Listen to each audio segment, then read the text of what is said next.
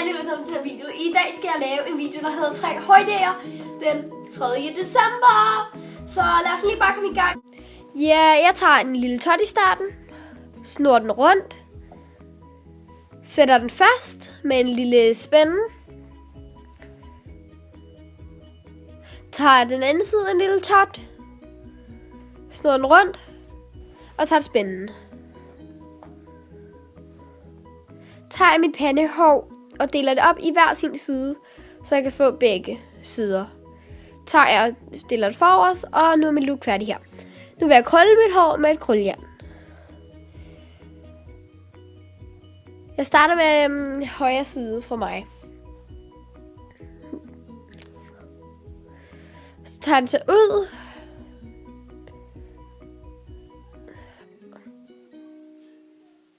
Og så krøller jeg også lige mit pandehår sådan for sjov. Det ser ret dumt ud, men man spreder bare. Og sådan blev det egentlig bare til sidst. Og jeg håber virkelig, vi ses i min næste video. Jeg vil sige lige her noget til sidst.